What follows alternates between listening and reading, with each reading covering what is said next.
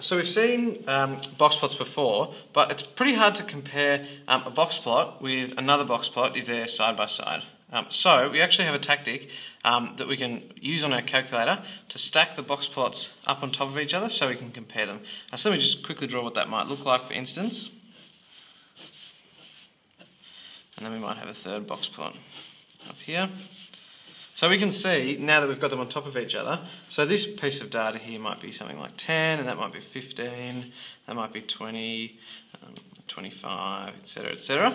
And we could compare them and say, for instance, that the median in the first box plot is 10, and the median in the second is 15, and the median in the third is 20, and then we can conclude some differences. So if these were, say, it might be ages, it might be ages 0 to 20 years old, it might be 20 to 40-year-old people, and it might be people that are 40 plus. Maybe we could say that their weight or something, and that's not a good example for weight, but we could say that as people get older, their weight is increasing, so we can kind of compare the data. So we have to know how to be able to get our calculator to put them on top for us, because we could do it by hand, but it would take a long time.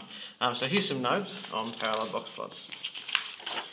So to graph them from a normal box plot, we would start with that, so the same graphing as usual, and then we'd stack them on top of each other, and we just need to note that the scale has to be consistent. So back here I was consistent with my scale. This was 10 on this graph, and on this graph this was 10, and on this graph this was 10. They're all in line. I haven't just lined them all up directly on top of each other for it to look nice. I've kept the scale that they all use consistent. So how do you do that in your calculator? Put your data in a spreadsheet, basically.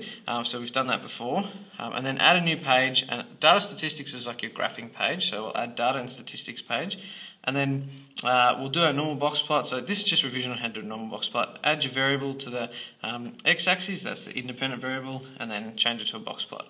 So now we've got to add an extra box plot. It's pretty simple once you get practice at it. Menu, plot properties, and there's this thing called add x variable. That'll enable you to put in another x variable, and then it'll put the new one on. So obviously you would have 2 lists of data or 3 lists of data. So in my example, I would have had 3 lists of data. So each time I wanted to add one, I'd go into add x variable and then choose the name of that column. So this, I might have called this column A, this column B, column C. So I would start with A, and then I'd add my x variable, and I'd choose the variable that was B, and then I'd do the same thing, menu, plot properties, add x variable, and then choose C. And the calculator would keep stacking them on top of each other. There's one other thing that we have to know, and it's pretty much assumed knowledge since year 11, but I'd like to show you anyway, because I think it's really, really important we need to know. It comes up in everything. So there's no questions specifically, there's no chapter specifically, but you need to know what it is. There's 2 types of variables, independent variables and dependent variables. And again, like I said, with the word skew, if you understand what it means, it makes a lot more sense. So your independent variable is going to go on the horizontal axis. That's this one along here, your horizontal axis. They're like the things that start off the equation, or they're not affected by the dependent variable, and the dependent variable is this vertical one here. We'll see that in a minute. They're not affected by that at all. In fact, they're the ones that do affect that. So they cause the dependent variable to react. So it kind of makes sense if you think logically.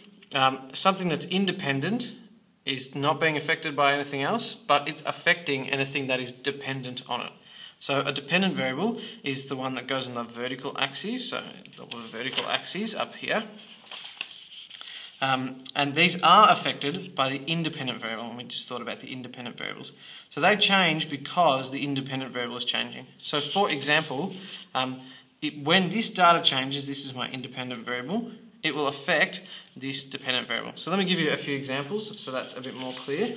I think these are logical examples. So your height should affect your weight. So if you are a taller person, you'll probably weigh a little bit more. So the independent variable is affecting the dependent variable. But it doesn't make sense, well, it could, but it doesn't make sense to say because you are heavier, therefore you are taller.